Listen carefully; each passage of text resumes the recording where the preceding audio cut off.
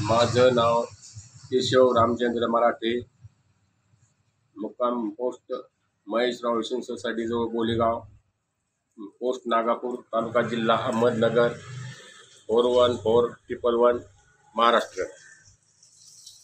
तर मी बऱ्याच कविता केलेल्या आहेत. माझ्या कविता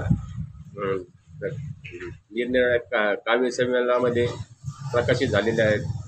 मी डोंबिवली येथे अखिल भारतीय काव्य संमेलनामध्ये कविता कविता वाचलेली आहे. तसेच सासवडमध्येही अखिल भारतीय संमेलनामध्ये मी कवितेचे वाचन केलेले आहे.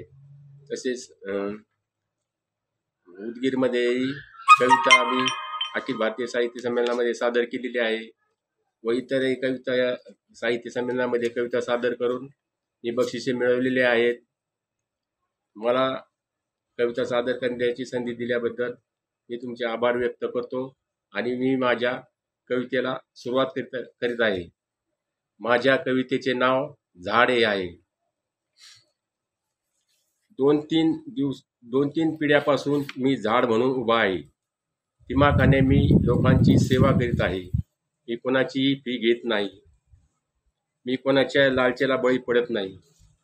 मी खूप उन्हाळे पावसाळे पाहिलेत. मी खूप दुष्काळ व मनुष्यहानी पाहिली.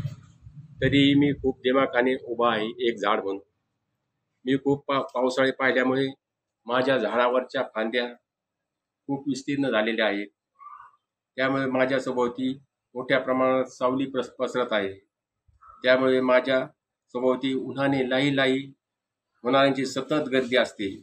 त्यामुळे माणसे, जनावरे आणि पशुपक्षी, माकडे, हार आणि अन्य प्रकारचे पक्षी आले. त्यामध्ये पोपटाने राहण्यासाठी घरटी केली. ते कुटुंबही 2-3 पिढ्या राहिले. माझ्या सावलीमध्ये नाटकं झाली, सभा झाल्या, दरवर्षी यात्रेचा उत्सवही झाला. त्यामुळे माझ्या भोवती माणसांची, मुलांची सतत गर्दी असायची. वृद्ध माणसे माझ्या सावलीखाली रात्रंदिवस विश्रांती घेत पडायची. मी झाड असल्या कारणाने बरीच वर्षे निरनिराळ्या पक्ष्यांनी निंबोळ्या खाऊन दुसरीकडे माझ्या मुलांची व नातवांची इतर ठिकाणी उत्पत्ती केली. त्यामुळे माझ्या एका झाडाची अनेक झाडी झाली. ती पक्ष्यामुळे. माझी मुले व नातवंडी दिमाखाने वारा आल्यानंतर बागडतात व खेळतात. त्यातही मी आनंदी आहे. आता मी वृद्ध झालो आहे. माझे आयुष्य संपत आले आहे.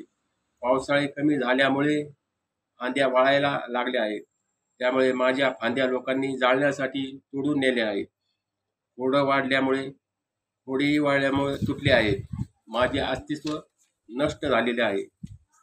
ते परत येण्यासाठी माझ्या जागेवर परत एक लिंबाचे रोपटे लावणे गरजेचे आहे.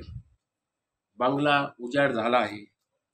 उन्हामुळे व पावसामुळे मनुष्याची व पशुपक्ष्यांची तारांबळ उडत आहे.